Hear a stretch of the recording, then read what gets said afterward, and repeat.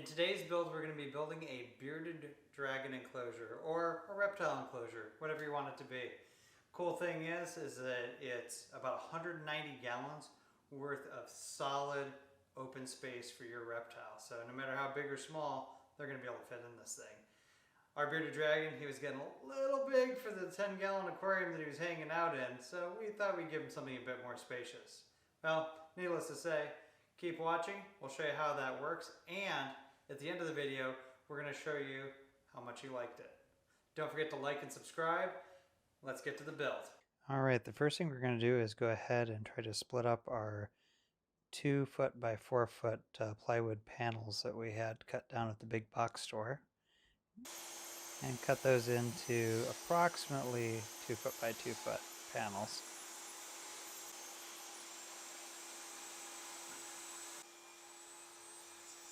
Now we're going to cut a little, kind of a half lap here on the side. We're just going to keep adjusting the fence in while we do that, and it'll come out looking like this in the end. And we're just going to do a little dry fit just to make sure that, well, everything was fitting together, because, you know.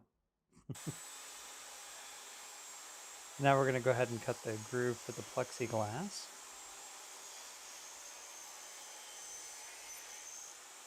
And this is basically what that looks like when you're all done with that.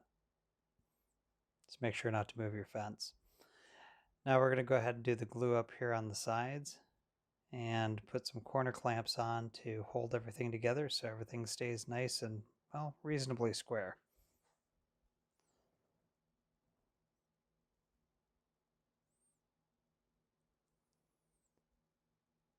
And then we're just going to go ahead and glue up the bottom part here now that the sides are all dry. Actually, this is the back part. And then we're just going to clamp that down and let that sit overnight.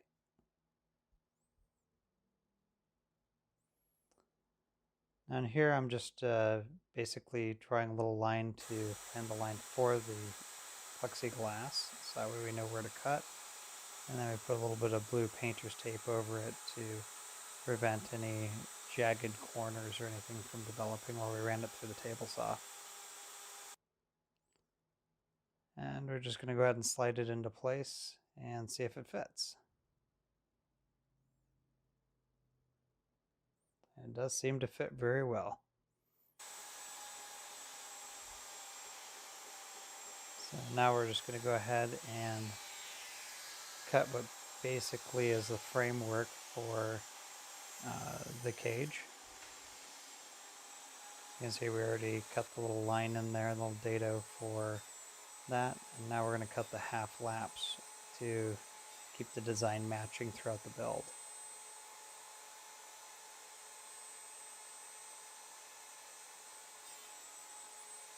Now if you have a dado blade, this is obviously way easier and way faster, but you can do it with a single blade.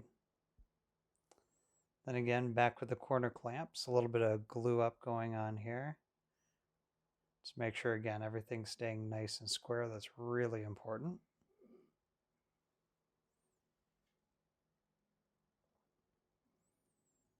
This does take a little bit of fidgeting to get this right. Now we're going to go ahead and put some caulk along the sides here and create a little framework. So this way we can go ahead and put in some concrete that's going to basically act like a very large rock for him to hang out on. And a little bit of wipe on poly on the outside, not on the inside. We use shellac on the inside so that way it wouldn't be poisonous. Got to keep the little guy safe. Now we're going to go ahead and put our concrete in here.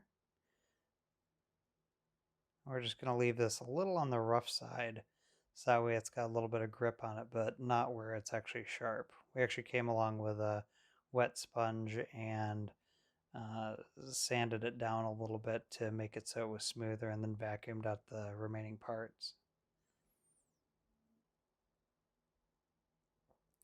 Now we're going to go ahead and build a little house for our beardy. Just going to go ahead and glue these little blocks onto the back of the house, so that way it can just slip in and out. This makes it a lot easier for cleaning the cage out. as time goes on. And then we'll put the one remaining block on the back, so that way it just drops in like that. And for the front, we're just going to go ahead and use our jigsaw here to cut out a little hole. And we'll just go ahead and glue that into place. And this is basically what it looks like. Now, of course, we wanted to be able to get to the top so he can sun and everything. So we went ahead and built him a little ramp. Just a quick little piece of glue on here. Smooth that out and drop it right on the top. Or on the side, whatever you want to call it.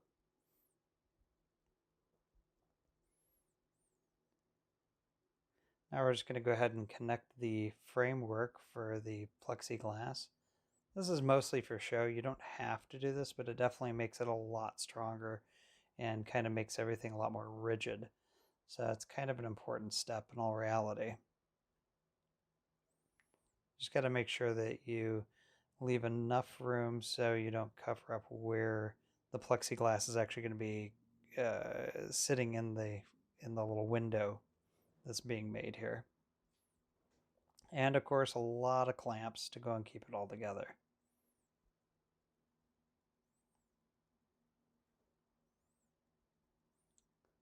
And then we're just going to go ahead and install the plexiglass. So satisfying watching that. Then you can see the plexiglass is in there and it sits right in the framework. It's a little bowed in right now just because the top part of the frame hasn't been installed, but we're going to go ahead and put that on right now, and that'll square everything up naturally. Of course, you have to run glue across all parts of the frame in order for it to glue to all the different edges, except for the plexiglasses, of course.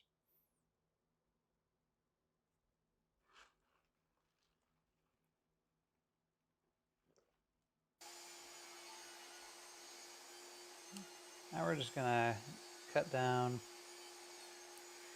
a piece of extra pine we had sitting around the shop. And we're going to go and make the lid.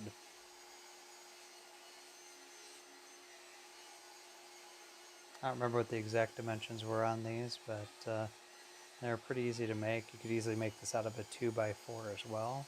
So don't feel pressure to have this huge, ridiculously large amount of wood to be able to do that. I'm just going to go ahead and chop that down into pieces that are 2 foot by 4 foot approximately. So some will be 2 feet, some will be 4 feet. And then again, we're going to go and continue with our design element. So we're going to kind of that half lap kind of a look that we were using. And that comes out looking pretty smooth. And then we're just going to go ahead and use the router to go and create a channel so this way we can put in the wire that we're going to be putting on the top later.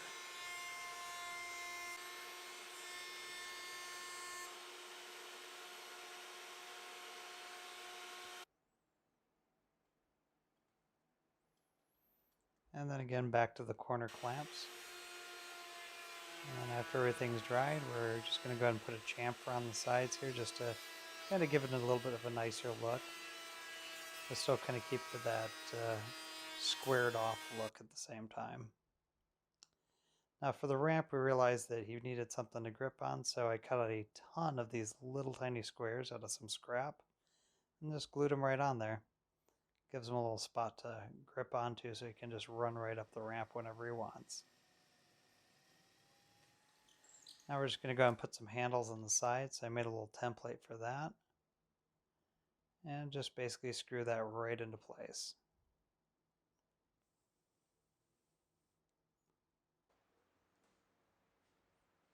As you can see, that picks up nice and easy. It doesn't weigh all that much because it's only 1/2 inch birch plywood. Now on the back, we decided that we needed a little bit more support for the hinges. And so we went ahead and just glued in a extra piece of pine right here. Pine's not really good to be around the bearded dragon, but where he can't touch it, it's not that big of a deal. And then we drilled some holes for our hinges here. These are the hinges we're going to be using are considered a mortiseless hinge, which means you're not supposed to have to cut into the wood. I'll be honest with you, looking back on it, probably would have been a good idea to actually recess them a little bit. But they worked out actually really well, and they're really nice hinges. Then we just went ahead and drilled some holes for the front handle. This is basically for the cage lid to lift it up and down.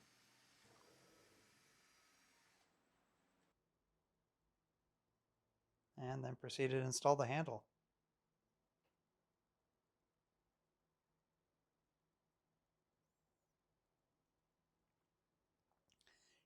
This is my daughter here helping me out on pushing all the screen down so that way it's somewhat level on the inside here. And then just going to go along with the staples and the air gun here and just nail it all down.